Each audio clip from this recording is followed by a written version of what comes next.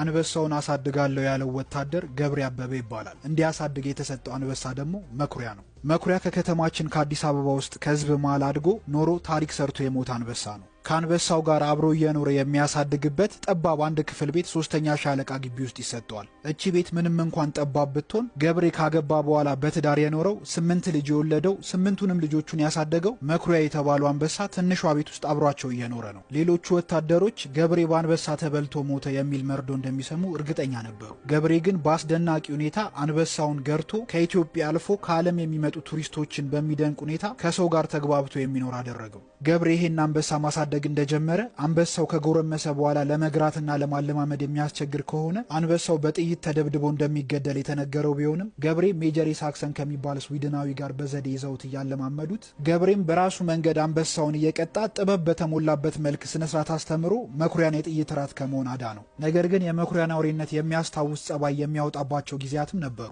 ከገብሬ አልፎ ሰፈርተኛውን የአንበሳ ያስቸገረበት እየተቆጣ ጥርሶቹን የሚያሳይበት ጊዜም ነበር። አንበሳው 5 ዓመት ሲሞላው በጣም አስቸገረ። ከዛ ጊዜ በኋላ ግን ገብሬ በቀጣው ቅጣት ምክንያት መኩሪያ የማያስቸግር ጥሩ አንበሳ ሆነ። የዱር ንጉስ ካስቸገረ እንዴት ነው የሚቀጣው? ገብሬ የመረጠው መንገድ የሚገርም ነበር። የዱር ንጉስ ሳይሆን የሚያስቸግሩ ህጻናቶች የሚቀጡበት የሚያስጨንቀውን የበርበሬ ማጠን ቅጣት ገብሬ አንበሳውን መኩሪያን ቀጣው።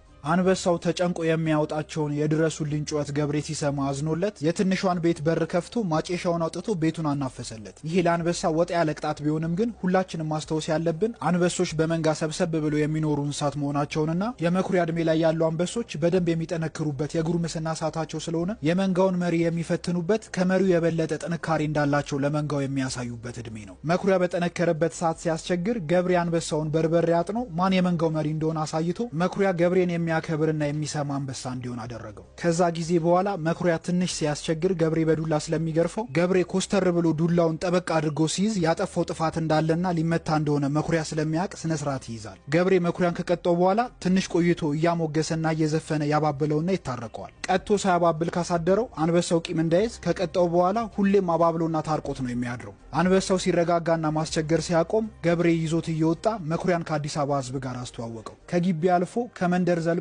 በመላው አዲስ አበባ በጣም ታዋቂ ሆኖ መኩሪያ ውሎ ማዳሩን ከሰው ጋር ሆነ። የዱር ንጉስነቱን አንበሳው ረስቶ ከሰው ጋር ተላመደ።